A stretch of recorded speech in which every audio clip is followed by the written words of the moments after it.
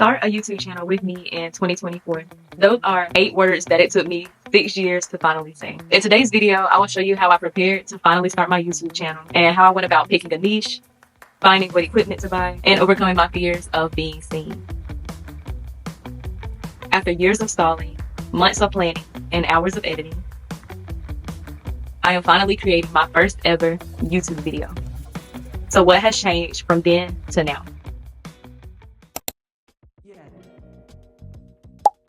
So if you're like me and you would research videos like how to start a YouTube channel, or what should I do for my YouTube channel, or what are some interesting things to do for my YouTube channel, the first thing that you're going to hear people say is like, find your niche, find your niche, find your niche.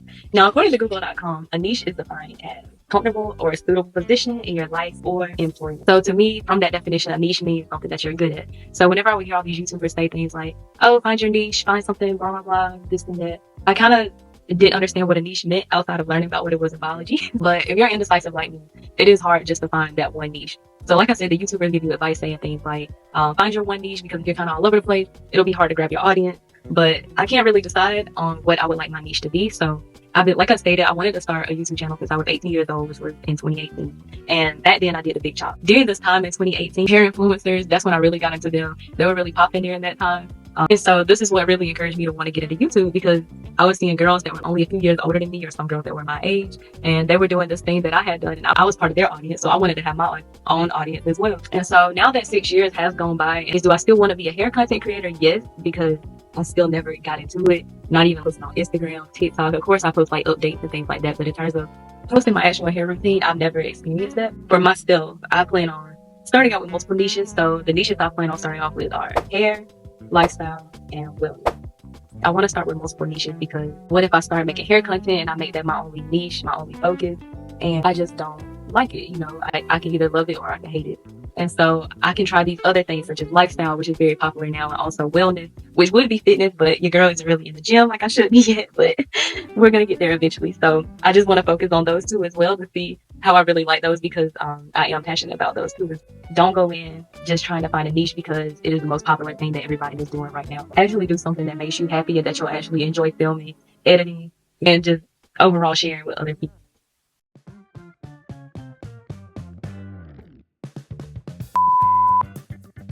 Equipment is my favorite thing to talk about, but it is the number one thing that definitely stressed me out during this process, because I felt like I didn't have the resources that I needed to make a good video.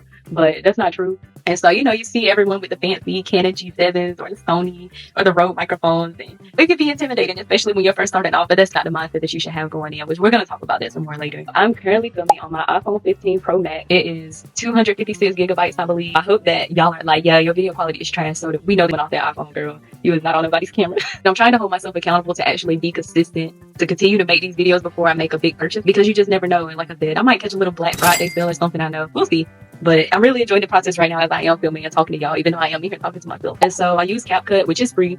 They also have a pro option as well, but for me starting off right now, I don't really think I need a pro option. All the YouTubers I always see use Final Cut Pro, and I don't know how much I thought Final Cut Pro was, but I was not aware that it was $300, which is not bad since it is a one-time purchase rather than doing a subscription or pro that you'll be paying pretty much more than that within a year. And I like watching tutorials and YouTube videos of how to do pro edits in CapCut as well. If you have a PC, you definitely can download CapCut on your desktop on there as well. But my HP decided that it wanted to die on me. I also want to try iMovie. I haven't really got into that. I'm not gonna lie. Editing on your iPhone or your iPad is not fun, y'all. And it's personally just not for me. I mean, if you can do it and you enjoy it, that's cool. But in terms of me, like, to get on here and like do I don't know. It's just a lot. It can be a lot. I had to go on the hunt for something else to edit my videos on, because short form is cool. You know, if I'm just making a little TikTok, that was cool on my iPad or on my phone or whatever. Actually, I really don't edit much on my phone, so really just my iPad. So I was looking into newer HPs, MacBook Air, MacBook Pros, and iPad Pros.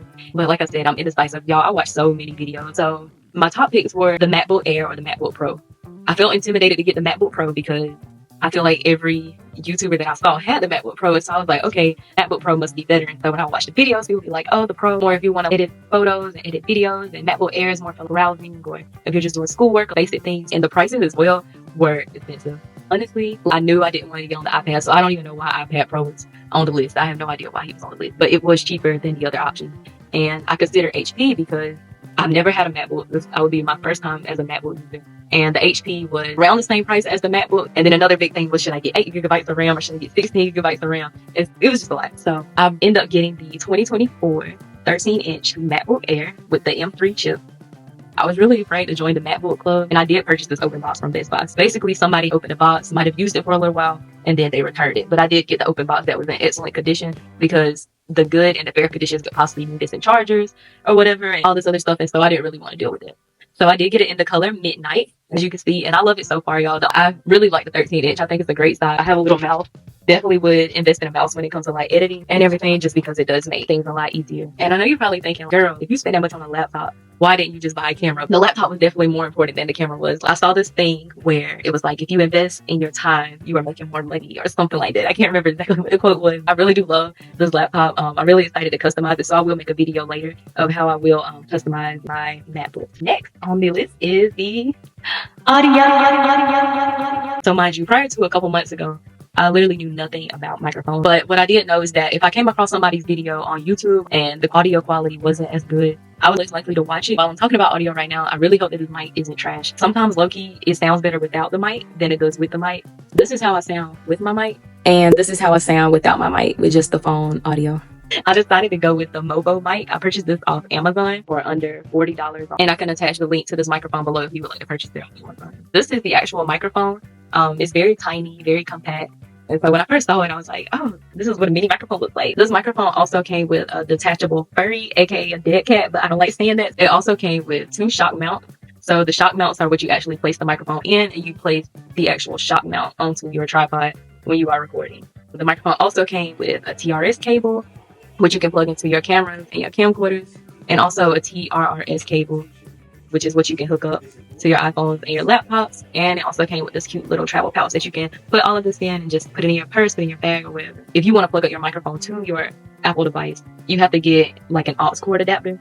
And so I bought this aux cord adapter on Amazon as well. Make sure you get the right piece. So I had to get the USB-C in because I do have the iPhone 15, which does have that. I will attach the link for that as well below. Next on the list is a tripod.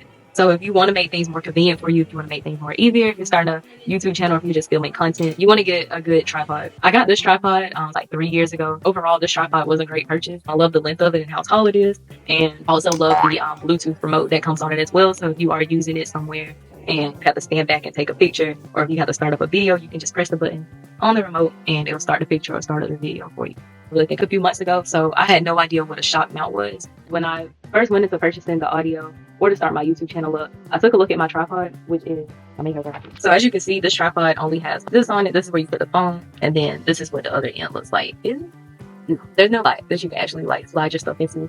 And so it doesn't have a shock mount that you can actually put, let's see, I can't find it, but so it doesn't have the actual shock mount that you can actually put the microphone onto. So this led me to purchase a new tripod, which was this compact little tripod off Amazon as well, which is the Ulanzi. iMovie does have the shock mount that it needs for the microphone to go in place.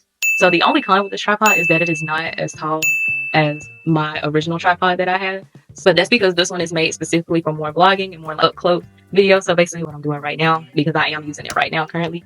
But if you're trying to maybe do a gym vlog or something like that, this probably wouldn't be ideal. But you can find taller tripods that do have the shock mount as well. So if you do want to use a mic, then you might want to get a taller tripod depending on what kind of content that you plan on making. However, this tripod is very sturdy. So a lot of times I have a hard time pulling my phone out and all these other things because it's just very sturdy, very strong. Unlike this one, it's kind of gotten loose over the years, but it still holds up. But my other one, it does hold up really, really well.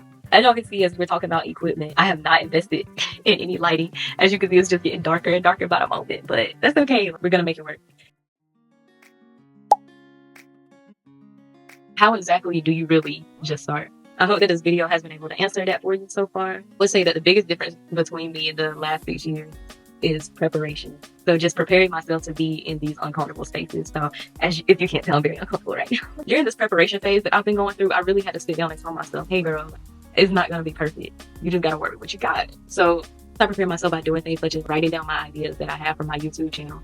So it's like, how are you going to start something if you have no idea what it is that you even really want to start? Writing down my ideas really is what gave me the courage to really be like, you really have some unique and creative ideas, especially in the world that we are now. It seems like everybody is a content creator, everybody is creating content, everybody's an influencer, YouTuber, and whatever else. And so it's like, what do I have to bring to the table that is unique? There's nothing wrong with seeking inspiration from others, but when you actually can come up with something on your own, And when it just sparks in your head and you're able to just write that down, which I thought Final Cut Pro was, but I was not aware that it was $300, which is not bad since it is a one-time purchase rather than planning out this entire video that I'm doing for you right now. So another way that I prepared myself over the years that I feel like made a big difference is being mindful of the social media that you consume. Whenever you go to social media, if you're always on YouTube, Instagram, whatever, and all you see is gossip pages, people talking bad about other people, and drama, how is that actually helping you? For me personally, whenever I would see, let's say you saw someone that was starting content or creating content or whatnot, it would be discouraging. And then you go read the comments and then all you see is a bunch of people talking negative or people saying mean things to them. So it really discourages you to even want to try it in the first place. No matter what you do, people are going to have good things to say. People are going to have bad things to say. And people are entitled to their opinion, but you are not entitled to listen to it at all. So my biggest thing is to cleanse your TL. And if you want to start something new, surround yourself with people who are positive and encouraging, not with people who talk negatively about other people. And the same goes for people in your circle as well. Be around people who encourage you and people that discourage you from trying new things and growing into a new person. Start following more like-minded people who have your same interests, and don't compare yourself to those who are doing great either. Just really consume positive media, because social media is such a big influence in our life now. Or you can just delete it in general. I currently have all my social media deleted right now, but that's because I'm a big procrastinator and it was stopping me from creating this video. So once I deleted it, I was able to create this video. But once I started watching YouTubers who were more positive and more productive, it really encouraged me to really want to do these things. So another concept that helped me to finally start my YouTube channel was just getting over the idea of being perfect. So I'm not gonna lie, y'all, I've been working on this video for at least 2 months, and it's just because I was so obsessed with wanting to get the perfect video and wanting to get the perfect thumbnail and all these other things. You can't do one thing without actually taking the first step. So like I said, even though people do say just start, that's really exactly what it is. You really have to just start, and that's exactly what I'm doing now. But you have to do these other things to even build you up to the point where you can just start. So developing those good habits, like I was talking about, like having those positive influences around you that make you feel good about trying new things and not discourage you. I was working on this video for 2 months because I am a perfectionist, but I have constantly had to reaffirm myself that there is no such thing as perfection, y'all. No such thing as perfection at all. You just have to use your God-given talent, and you just got to make it do what it do. That's literally all it is. Because whenever you're living this life and not following the plan that God gave you, you're doing a disservice to yourself. When it came to perfectionism, one thing that kind of helped me with that, especially in terms of YouTube, was so some of my favorite YouTubers would go back and watch their very first video. Go back and watch your favorite creator, watch their very first video ever, and then look at how far they have come now. So I think that's a really good reference to see. Like, they were in this position just like me, and I'm able to see their growth and where they are right now. Whether you want to grow or not, because that may not be everybody's goal. You might just want to do this for fun or for a hobby. You just have to let people talk. You can't let it get to you.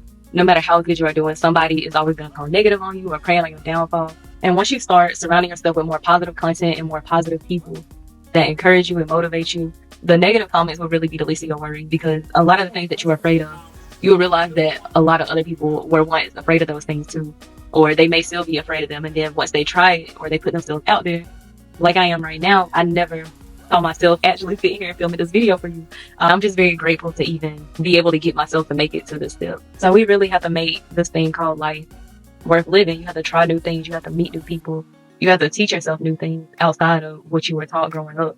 When it comes to trying new things, do you really want to go your life living, let's say 20 years from now, that you didn't try the new thing or you didn't teach yourself something new just based off simply because of what one person had to say, which is also one person that probably has the same fears as you, who probably could never get in front of a camera and sit here and talk to people and write a whole script and do all the things that you are doing, or that's scared to get a new job, or that's scared to move to a new state.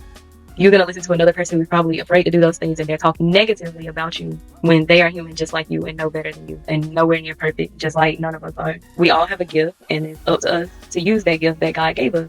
When it comes to me starting this YouTube channel, I really had to get in the mode of, I really just like the art of starting YouTube and not necessarily coming in here for the numbers or worried about the views, because when you worry about the outcome and you don't reach the outcome immediately, you're going to feel like a failure. Just to wrap this part of the video up, when you're overcoming your fears, don't be scared to fail, and don't be scared to succeed either. And what I mean by that is sometimes I feel, of course, everyone is scared to like fail and, do bad, or something may not work out, and which it could be the same for this YouTube video. But in terms of failing to succeed, is like, what if you grow and you get the same opportunities that other people do and you feel like you're not good enough, or you start getting imposter syndrome, or you're scared to make the next move, you're scared to move to another state to chase the opportunity. Don't be scared to succeed, because like I said, God has a plan for all of us, and you have to follow that plan.